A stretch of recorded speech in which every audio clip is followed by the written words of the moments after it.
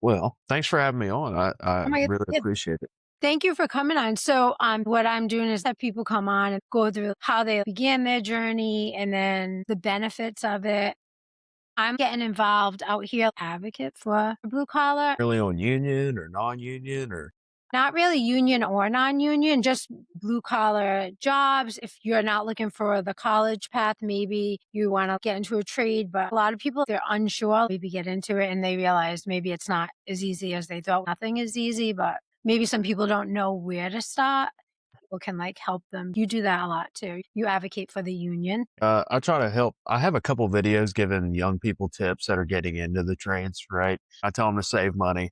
I tell them to stay active outside of work because that's a big thing in our careers is longevity. So you need to be able to do it 30 or 40 years. If you're not taking care of your body, then you won't last that long. The whole point of go a career and developing your skill set and whatever is eventually getting to a place where you can retire. If you're not taking care of yourself financially, physically, mentally, then you'll never get there. I tell people to stay away from substance abuse too, because you see that a lot in the trades, unfortunately. But if you stay away from all that and you make the right choices early on, build a good lifestyle, then you should be successful.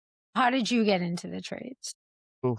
I actually didn't know what I wanted to do late into high school. And I was kind of looking at some different trades at that point, realized college probably wasn't the best avenue for me at that time. I actually decided I wanted to be a welder. I went and toured Hobart Institute of Welding Technology in Troy, Ohio, and I decided that was a fit for me. I applied for a scholarship through the Troy Foundation, and I received the scholarship. So that paid for my tuition to go to welding school. I went to welding school, completed, and I worked a couple small shop jobs in that area following my schooling. Well, I decided that that wasn't really the route that I was wanting to take. So I came home to Parkersburg, West Virginia to join the Pipefitters Union here. I showed up with a resume in my hand at 7 o'clock in the morning. I met my now business agent, Brad Britton, in the parking lot, handed him a resume and introduced myself. He said that he liked what he saw on the resume and that they would get back to me. It was a couple weeks later, I got a call from the training coordinator there, Todd Knotts, and then I got set up for an evaluation with an organizer and Todd as well. Then I came in, I welded for them. They then sent me to Portsmouth to an accelerated welder program where I could get a few certifications before I officially swore into the hall. I swore into the hall, and the rest is history. From welding, then you go into pipe fitting to Yeah, be a pipe fitter. yeah. Do Because you like well, it's like a little bit of both? yeah, yeah. So I knew the welding coming in. Obviously you're a young welder, so you have quite a bit to learn. But that was my foothold to get into the hall. Then I had to learn the pipe fitting side of things, right? Because you want to be well rounded in your trade and know it all. That keeps you employable. Then I served 3.5 years of an apprenticeship. Last year, I actually won the West Virginia State Apprenticeship Contest as I went represented our hall as the pipe fitter. I ended up winning the contest. I got topped out. Now I've been a journeyman for about a year. You're a journeyman and you also do advocating for the union or just for blue collar? Well, that's kind of under my own volition. I started TikTok back in, I think it was September of 2025. And I felt very strongly about these things. So I just started making a few videos and it blew up quick. People really seemed to like what I had to say. I did that all under my own. That wasn't for my hall directly or anything. It just kind of snowballed and started opening more doors. I decided I was going to stick with it and keep advocating for unions and just blue collar people in general, right? I feel people will really reach out. Like the young students, like people like looking to get into a career, reach out a lot. Blue collar, like people are more helpful, if that makes any sense. Like no one, like they're willing to help each other, which is really nice to see. What does a day look like? A typical day look like for you? For example, right now I'm here in Iowa, working in Iowa. I am building a data center here. So we start at 7 and we get off at 5:30. So we're working 5 10s and an 8 on Saturday. So I'll get up around 5:15 a.m. I'll get a shower. I'll get my lunch together. I'll cook myself a little breakfast, a few eggs, some egg whites. kind of get my day started pretty slow. I like to be up early because it gives me a little momentum. So I'm awake by the time that I get to work. And then I'll leave the current place that I'm staying at about 6:10, and that puts me at the job site around 6:30. I like to be a little early, and then I'll get started in my day. The current site that I'm on, we have a safety meeting, a site-wide safety meeting every morning. Get started there. Everybody gets together, does a stretch and flex, talks about the logistics of the site, basically just prepares everybody for the day ahead. And we'll have a meeting with our contractor, and they'll get everybody lined out on their work for the day. Then we get to work, break at 9:30 to 9:45, lunch from noon to 12:30, afternoon break from 3 to 3:15, and then at 5:30 we're out of there. And then after work, I lift weights and I train Brazilian jiu-jitsu. So depending on the day, that's probably what I'm doing after work.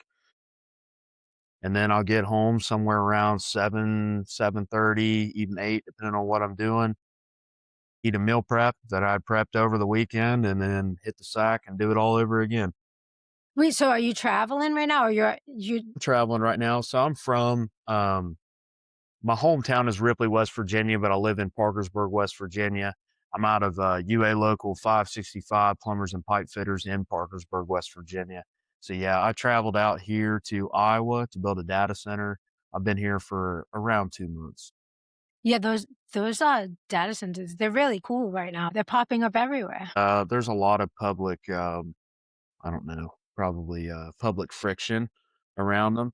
And I can't say one way or the other whether I agree with them ethically or not. I think we definitely do need to regulate the industry, but they're bringing a lot of work right now. And another thing that they're doing is they're forcing reinvestment into our energy infrastructure. So they're actually bringing more work than just the data centers themselves. So I think that's a really cool opportunity to create more jobs. They're gonna go up everywhere, so that will definitely create a lot of Right. jobs. You travel a lot? It depends, really. I have a choice of when and where I wanna work. So, if I have local work at home, I can definitely be there. I was home most of last year. We had a few big local jobs going on, but I decided that I wanna go chase a little bit of money. So, normally, if you go hit the road, you can find some bigger money jobs and get out there, work some overtime. I see a lot of comments, people are saying they're not home a lot, and that's a problem for them, but I feel if you're traveling and can make the money, why wouldn't you? But I guess maybe it gets draining after a while. I mean, everybody has their lane, right? I'm 25, not married, no kids.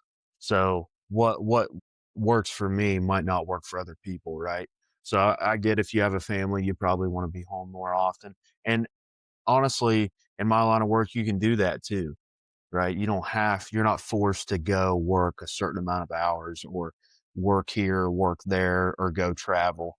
So really there's kind of a place for everybody because we need those people that want to be home working the 40-hour calls. And we also need those people that are wanting to go hit those 70, 80-hour weeks and go run up that money, you know? Does the union that you work for, are they always taking on new The UA uh is organizing very heavily right now because of all this new work that we have coming. I mean, there's hundreds of thousands of man hours of work out there. Yeah, I mean, really, it's if you have some piping experience, if you've welded pipe, um, I would recommend that you go and call your local union. Just search on Google pipe fitters local near me. Give them a call, see what they have to offer. Because there's positions open in most halls in the country right now. I'm actually going to West Virginia. I'm actually going Really? to West What for? Virginia in October for the bridge jump. They Nice. have the bridge. Bridge day at the New River Gorge So I Bridge. wanna do the Yeah, I mean, that looks so cool, and I just, like, found out that they do tandem jumps, so I Mhm. wanna do that off the bridge. I think that's pretty fun. And in October, it's gonna be beautiful during that time too, with all the Yeah. leaves, with I've all the honestly I've leaves never sitting. been to West Virginia, so they have, like, a bridge walk where you're actually up on the bridge. and, like, I guess they harness you in. So I'm excited for that. When you come into West Virginia, there's one thing you got to do. You have to eat a pepperoni roll while you're there. You have to. So a pepperoni roll, it's literally it's pretty much just pepperoni and cheese stuffed inside of like a hot roll, but it is like it's our state's own food because the coal miners used to pack that in their lunches. So Well, that's interesting. I've never eaten pepperoni. I've never tasted you've never had pepperoni pizza? Are you I don't eat serious? pizza. Yeah, I don't eat sauce. Okay. Okay, maybe pepperoni roll isn't your speed. It's like the one thing, like, I don't know, I've just never eaten it because I've never eaten pizza, so, like, anything with, like, a red sauce or yeah, that's a whole different topic. So, how do you feel the union you feel like it's definitely changed your life in a positive direction. Yeah, I would say the union is the entire reason that I'm in the position that I am right now. You know, unions, they offer the highest wages, the highest benefits, to me, the highest level of education. You know, I mean, so here's an example. Here's something I'll give an example here. So, me being in the UA as a journeyman pipe fitter, I can go to almost any hall in the country. And if there's a class there for a certification, or a weld test that I need to take or something I need to further my education, I can go do that free of charge all over the country. I feel like the only place that you can get that is the union. The only you can keep moving forward. Through my apprenticeship, earned college credits.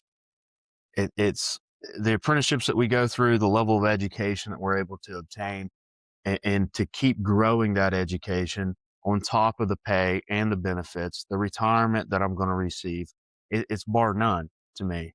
You know, it's a no brainer when it comes to would I rather work union or non union.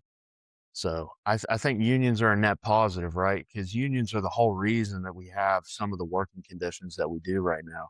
40-hour work weeks, guaranteed overtime, the right to organize. Those all come from the labor movement and their efforts in the 20th century. Now is the work you do physically hard or more mentally hard? You know, I'd say it can be physically and mentally challenging depending on what you're doing, right? So most times I go out on a job as a welder, and sometimes you're bowed up in a pipe rack and you're hanging, you know, you're in funky positions trying to make a weld or you're kind of hunched over.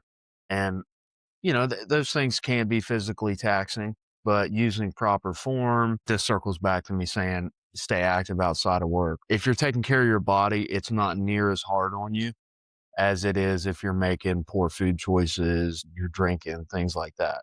So if you're a physically able human being, you should be able to do the job, right? It's not back breaking work. It can be at times, you know, but a lot of the times it's just, it's not that hard. It is, but it's not that hard. You get what I'm saying? Mhm. Yep. On the mental side of things, you know, if you're working 60 to 80-hour weeks or even more than that, and you're working 7/12s, that can get that can become mentally taxing, right? And that would be on anybody. So there's definitely things you definitely need to be checking in with yourself mentally as well to make sure that you're doing okay. Construction has some of the highest rate of suicide of any profession. So there are definitely struggles there for people. And these are just risks that come with the trade, right? We know people get hurt. Um, we know that these things happen, but you just have to try to mitigate them if you're going to choose this as a career. Mhm. Wh Why do you think suicide is so high in construction? Do you think it's due to the long hours and the stress that comes with it? I was just trying to understand. I think that probably has something to do with it, you know, and if also people being away from families for extended periods of time, that can also take a toll on people. It can be hard on your relationships if you're traveling, right? And then working long hours. Normally, if you're out of town, you're going to be working considerable hours. So, yeah, that definitely, I think those would probably be the two largest contributing factors to that. Yeah. And then also we have a Yeah, because I was stigma with a lot of men in the blue collar world where, we're big tough guys, this, that, just tough it out. And I think a lot of guys feel shame or embarrassment or something along those lines. They feel like they can't reach out because it would make them less of a man. And that's the result of us teaching young men that that's the way things should be, right? And it's not. It doesn't make you less of a person or less of a man or whatever to reach out. You see that very prevalent in the men in our industry, and I know it's also an issue for the women in our industry, right? It's people not reaching out for help when they need it because they feel isolated or they have to meet some certain standard. But that's not the case. So I advocate for mental health in the trades. If you need help, reach out. You know.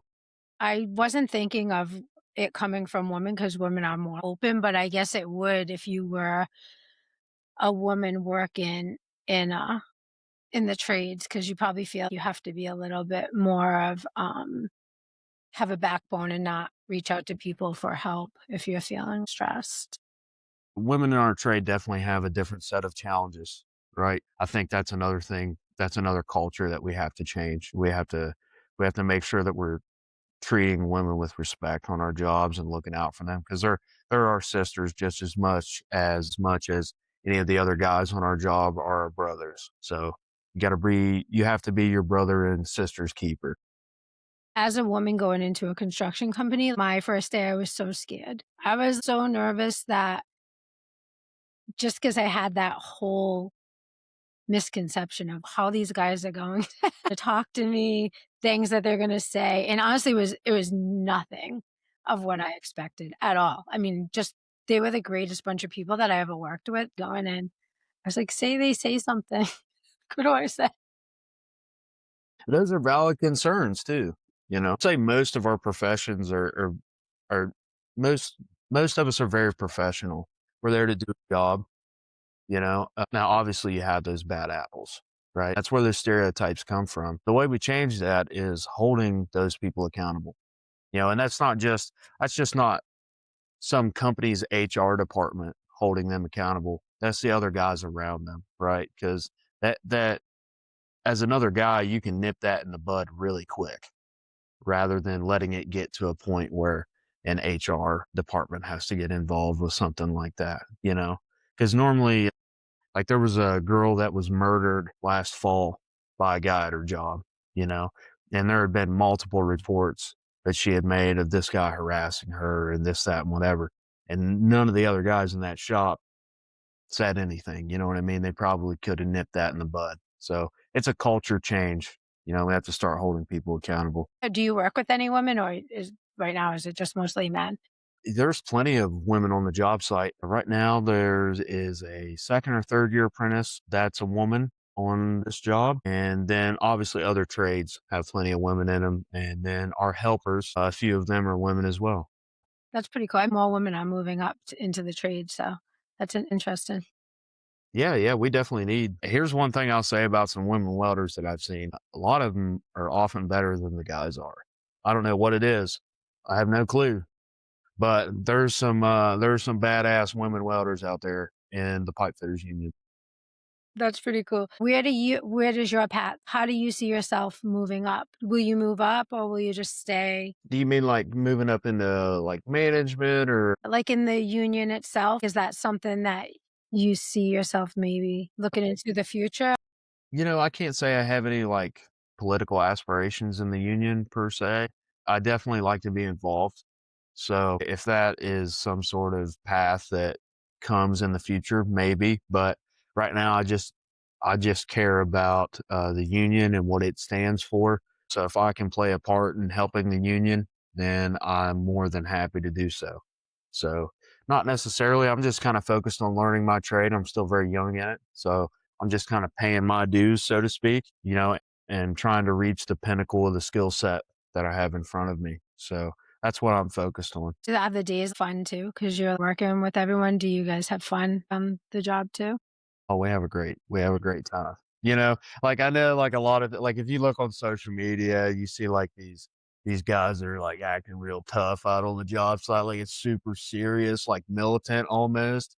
And it's like, no, we're piling around all day. We're getting work done, don't get me wrong. Yeah. But we come to work and we have a good time while we're doing it. Mhm. That's really that's my favorite part of the trade is piling around with everybody. You're cracking jokes, you guys are laughing all day. That makes your day go by way quicker. Definitely the people that you work with that make the trade awesome. Is there anything that you'd wanna add? I would tell young people that there's going to be when you're a junior or senior in high school, there's a lot of pressure on you, right? To go do something, to figure out what you want to do right now. You don't have to do that right now. You don't. The earlier you get started, the better, right? But I would just, I'll tell them to take it easy. Don't let other people influence and figure out or influence your decision on what you want to do, right? Because it's going to come one way or the other. Just find something that you're interested in, whether that's a trade, whether that's college, whatever that may be. I definitely advocate for the trades, for the education to cost of education point there. But if you can't find anything or you're interested in the trades, I would definitely go union. That's the way to go. You're going to be able to work and live comfortably and then retire comfortably as well. You're going to be able to live a middle class life. That's what a union card is. It's a ticket to the middle class.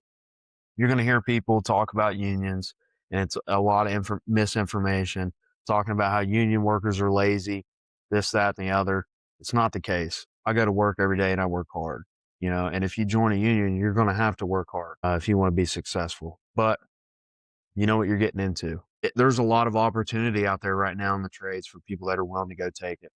Like, probably, and here I'll just talk about pay for a second for some of these young kids. So I'm working 5 10s and an 8 right now. I'm bringing home $45 an hour and $338 a day per diem. Some of that per diem is taxed. My take home for 58 hours a week is like 4,100 bucks. It's kind Mhm. of hard to argue with, in my opinion. Now, not the high, that's not even the highest pay in the country, or you can end up with specialty contractors or take your skill set further and make even more money. You just have to apply yourself and the opportunities there. I would recommend getting into the trades unless you get some sort of big scholarship to go to school somewhere. And I think college is a good thing, right? I think higher levels of education is great. I'm not speaking against college. I'm just saying it's not feasible for a lot of people right now. So look at getting into the trades. I would 100% recommend it. At the unions, like, say someone is confused, and I mean, a lot of people say, like, "Oh, they should just start as a laborer and, like, feel it out to what area they wanna go into," but can you come into the union where you are and see what the person's doing and get a feel for it before you consider what trade you wanna go into? Or do they have mentors, or is it just kinda you have to have an idea of what does You that know, make that's a sense? That's such a great question. I know like our hall will go out to different schools in the area, right? Talk to kids, but I think honestly you might have to do your own research to find out what a trade is like. So maybe look at YouTube videos of pipe fitting. I really don't know. Yeah. That's you just brought up a really great point there. Might be something to look into. I mean, that's kind of the content that I try to do is awareness. I just think that content's great because for me, like, oh, a pipe fitter. I honestly couldn't tell you what you do during the day unless I watch your content. So yeah, I think just my message on TikTok is advocating for young people, right? Getting into the trades, advocating for the union, obviously, because the union is net positive for everybody, whether you're a non-union worker or a union worker. If you're a non-union worker, you've directly benefited from unions and their efforts, and a lot of people that talk shit on unions, they really don't know what they're talking about, or they heard their grandpappy say this, that, or whatever about a union, and they just took that at face value, and that's it. So I try to just be informational because I'm not against people. I'm not against non-union workers. That's a big misconception that I get. A lot of people in my comments think that because I'm advocating for the union that I'm not for them too. And one of my lines when I very first started on TikTok, I had a handlebar mustache. And I said, my mustache is as strong as my advocacy for the working class. So that's not just union members, that's every working person in America, because I think if you're willing to go to work, then that labor is worth something to me, right? I think you should be able to live a decent life if you're willing to get up and go to work. A union in New Hampshire had tagged you in. If you have union questions, ask, and you were tagged into it. Oh, I didn't see that. Okay. I'm pretty sure it's like the union in New Hampshire, and they had, if you have union questions, ask, and they had mentioned you. Oh, okay. And I was like, "Oh, Well, that's so interesting." you were saying something earlier about young people reaching out. I get messages all day, every day, people asking about unions and this, that, and the other. They're like, wow, well, they're like, I didn't even know that this was a thing, or I didn't even know that this was an opportunity, right? They didn't know. A lot of people don't even know. They don't have any exposure to unions at all. And that's just kind of what I'm trying to change. So anyone that reaches out to me on TikTok, Instagram, any of my social platforms, feel free to shoot me a message and I can try to get you more information. That would be great. That, like, if you think about it, kids coming out of high school, like, if they don't have that path, like, "Hey, I'm going to college," I think a lot of them are, like, lost, especially, like, right now, today. And like, I think a lot of people end up feeling behind too, which you shouldn't feel behind at 18 years old if you don't know what you want to do yet. But they'll see people on social media doing this, that, and whatever, and start to feel some sort of pressure. But if, just give a union a shot, right? Go talk to a union, call a local union hall near you, ask about an apprenticeship if you're an 18-year-old kid, or if you're someone that's been in the trade 5 or 10 years, don't be afraid to give your local union hall a call. So, like, if you've got a lot of relevant experience, a lot of times you won't have to serve an apprenticeship. They'll organize you in as a journeyman. And that's another thing that I see a lot of people mess up is I'll see this in my comments. It'll be a non-union guy saying, well, I don't want to go work for apprenticeship wages. And then I'll ask them, I'm like, how long have you been in the trade? 10, 12, 15 years. And I'm like, you won't have to, right? So you'd come in making a journeyman wage because the hall deems you as a journeyman in their eyes, right? So you're bringing your skill set to the table and it's valued. You have to be a high school graduate or have your GED to join the union? I believe so. Yeah. Yeah, you do. And then, like, if you're an 18-year-old kid, 19-year-old kid wanting to start an apprenticeship, you'll have to go through like a TABE test, which is like an equivalency. It's like a basic test to figure out where you're at. It's math, reading, grammar, and something else. It's just like a basic equivalency test. Then you'll have interviews with people in the union, and it'll be a board of people that you'll talk to. Yeah. Do they give you, like, a pre-test to study, or do you just No, it's take because it's nothing that's really crazy. It's just oh, like multiplication, division, fractions, pretty much stuff that you should be well up on. And if you're not, that's okay. I would just say study a little bit, yeah. right? It's just basic things. They're not trying to grill you. Honestly, these unions want you in. They don't want to, it's not like they're not scary. They're not like, they want you to join, you Yeah, know? Yeah, unions aren't the boogeyman. yeah. What platforms does your podcast come out on? I'm on, like, I'm on TikTok, Instagram, Facebook, I just got it. I'm not big in Facebook. I started a page, like, a couple weeks ago on that. And YouTube, okay. I could put your contact information on YouTube, though. So if people, like, wanted to reach out to you or follow Yeah, of you, course. do you use Procore or no?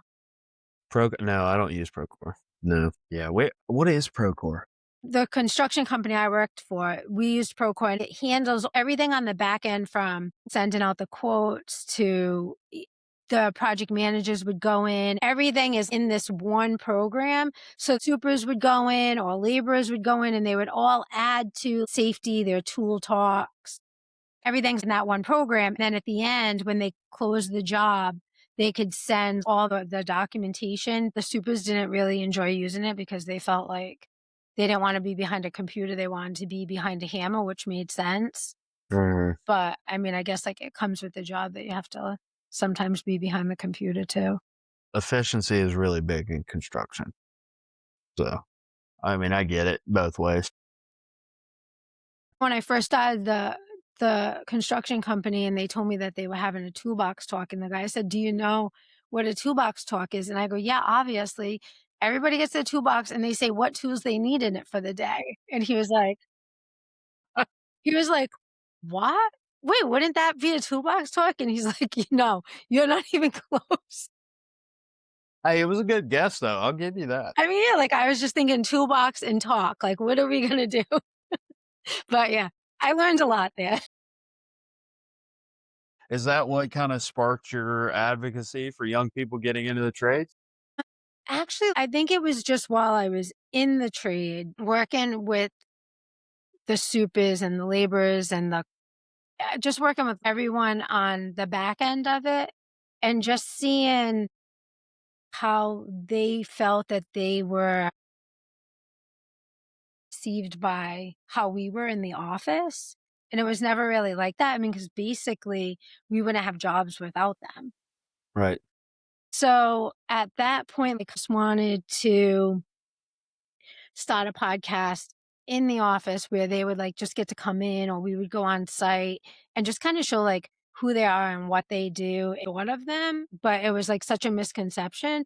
And I just kind of wanted to rule out misconceptions of how I looked at it as like they actually like build our country. It's like weird because I feel like a lot of people just are like, "Oh, it's a construction worker," but like, no, it's not. Like you like everywhere you go in this world is because these people work really hard and give us everything that we're surrounded by. And I don't know, it's just like a weird. I just didn't like it. So I was like, let's show the good side and what people actually are not seeing. The stereotypes, right? That if you're blue collar, that you're dumb. Yeah. And I never understood that, especially after spending some time in the trade, because the smartest people I know are out there on the job site. They are not in an office, in my opinion. Now there are plenty of smart college educated people. And I think their jobs are very necessary to what we're trying to do, right? It's kind of like a big team when you get a big company like that. Everybody has a role, but looking down on blue collar workers it just seems backward to me because every time you flip a light switch and the light comes on, that's because of a pipe fitter, a millwright, an electrician, the labor, plumber. Every time you turn on, um, every time you turn on your water, that's because of a plumber. It's all of those people that make our world go round and round and round. And a lot of them are very, very smart people. Yeah, and another thing too is, like, in an office, like an office job, you can learn. You know, I learned the jobs of many people while I was in the office, but I could never go on site and learn how to do anything they were doing. Like, I couldn't learn any of that, but, like, I could learn how to run a program. It could never tell you how to get under the truck and actually do the work. So I Right. feel that was what always made me want to have a podcast, but now I'm just kinda doing it on my own. Well, that's awesome. Keep doing what you're doing. I hope I'll you know, try. with your following, you're definitely getting to some people, right? And one or two minds changed is one or two checks in the right direction. So just you're making an impact. You have to be with your size of following, 10,000 on TikTok, 14,000 on YouTube. It's only going to keep growing from there. So keep doing what you're doing. It's awesome. Thank you, yeah, that's what I tell myself every day, like, it's good, but it's Yeah. still a lot of work. So my little brother, he just graduated high school last year, and West Virginia currently has a scholarship where you can go get a 2-year technical degree in a trade, and they'll pay for it as long as I believe you have to work in West Virginia for you have to reside in West Virginia for a certain number of years afterwards. And he decided that he was going to go to WVU Parkersburg and become an electrician. an industrial electrician like my dad is.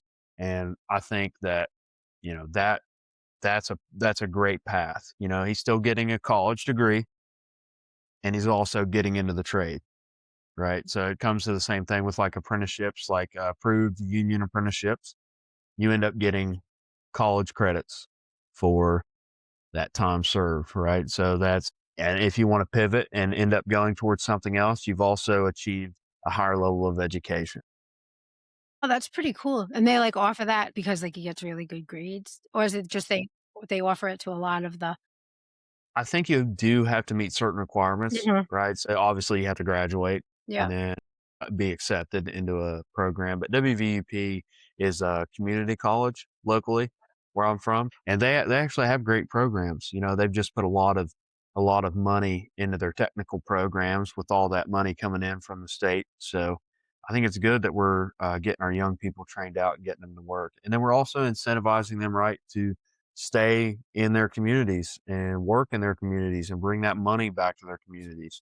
So I would say the highest paying jobs in my home county of 30,000 people probably are the plants, right? So, you know, a lot of our middle class families where I'm from, they have at least one person in their family that works in those facilities. They're skilled tradesmen and women. So I think that's a good thing.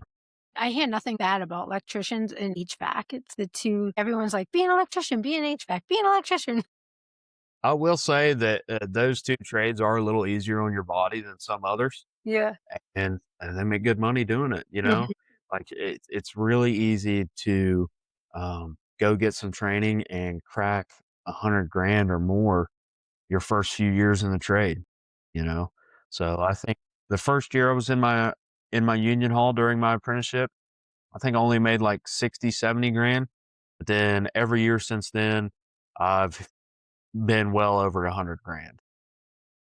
You know, that's and, you know, if you get into management or you get into specialty or you just kind of develop into your career and get certain jobs, I think I did the math, 4 grand a week times that's 16 grand a month, and that's like a hundred and it's like 180 grand a year. Oh, that's take home pay. That's not, when I say there's opportunity out there right now to be some of the top earners in the United States, they're tradespeople, really. That's really good. If you think of kids coming out of college with degrees, they're still starting at 60, Yeah, right? the I mean, job the job market market's is horrible. whew, the job market is terrible for people with college degrees right now, or like basic entry level corporate positions. And then also another terrible thing happening there is AI is taking those jobs. So the job market's kind of closing up in that area. And I hate to see that for a lot of kids that went and got a college degree and got into debt to do so. And then now they're capped and they might be able to get an entry level position at 60 grand a year salary, working 60-hour weeks, probably. Yeah, and if you think about it, like, the raises that you all receive will not amount to 100,000 in corporate for a long time because they have a whole corporate everyone's getting a raise, like, at certain point. And then the unions, they have guaranteed pay raises every year, you know, so depending on your contract, whatever you were awarded in your contract per year over that contract, your hall and their membership will vote on how to delineate that into benefits XYZ or on the check or however that may be. So you're kind of guaranteed for your wage to go up every contract. Wait, I have a question. Do unions do they have do you have vacations? Like, do you get paid vacations or do you just get to take vacation? So this is going to sound really weird, but I have complete freedom over when and where I work. Okay. So if I don't like a job that I'm on, I can drag up, go somewhere else. So basically, I describe it this way: I can quit the current job that I'm at, call my BA, and have a job tomorrow. So no, we don't get paid vacations, but you get to take time off whenever you want. So if you don't want to work or you need to take time off to, let's say you have a child and you want to take a month off of work, you just go take that month off of work, and there's so much work out there right now that if you don't like a job that you're at, or they're not treating you the way you think you should be treated, you can just quit and go somewhere else. That's complete control over when and where you work. Yeah, that's pretty cool.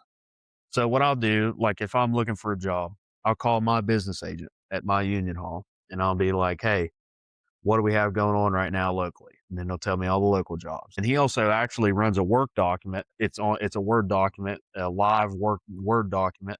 And I have that on my phone and it updates every few days or however often that he updates that. And that'll show me every job that he knows of in the country, every wage, every benefit package, the schedule, per diem, all of that right in front of me. And if I want to go to a certain job, I will call him, be like, "Hey, I want to go to this job."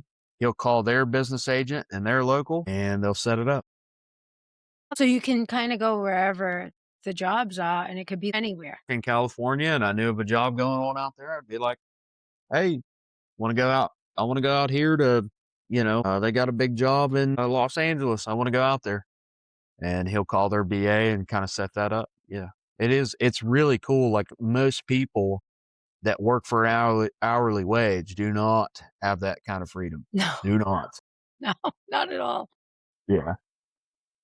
And that's the same way throughout all the trades, So if you're in a trade union, now I'll say this, non-union has that same freedom, but the thing that they don't have is that huge list of jobs that they're qualified to go on right then.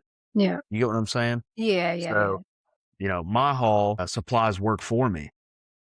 So that's kind of, that's why I can call it anytime and go to any job that I want to. So like if you were non-union, you'd have to call that contractor, ask them if they're still applying, ask them about opportunities. And then like, let's say maybe you don't know somebody, you're probably not getting on that job, or we need you to fill out an application, or that's not how that works in the union. I have a bio that has my name, all my certifications, journeyman or apprentice status, all kinds of different information about me. That gets sent to that other union hall where I want to go. And that's how that works. Yeah, it's a pretty cool deal. Yeah, and plus you have all your benefits, so they Yep. stay with And I you. have all my, yep. So like, let's say if I go work, let's here in Iowa, I come here to work at a local 125. Well, I had to sign a reciprocity sheet uh, that would send my benefits back home to my home local. So, yeah, your benefits follow you everywhere.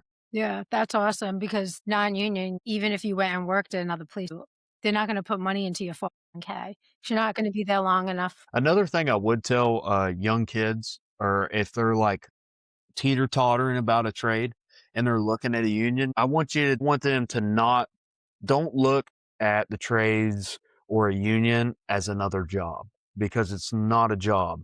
It's not, going down to work at the McDonald's, you know. This is a career, okay? There's endless opportunity in this career. You're going to get out of it what you put into it, okay? So if you treat it like a job, that's probably what it'll be for you, but if you treat it like a career, which it is, there's endless opportunity out there. So I'm probably going to make over 200 grand this year as a 25-year-old. Okay. I haven't graduated college. I'm not a college educated guy. Right. So having the ability to go out and get that, if I can do it, you can do it.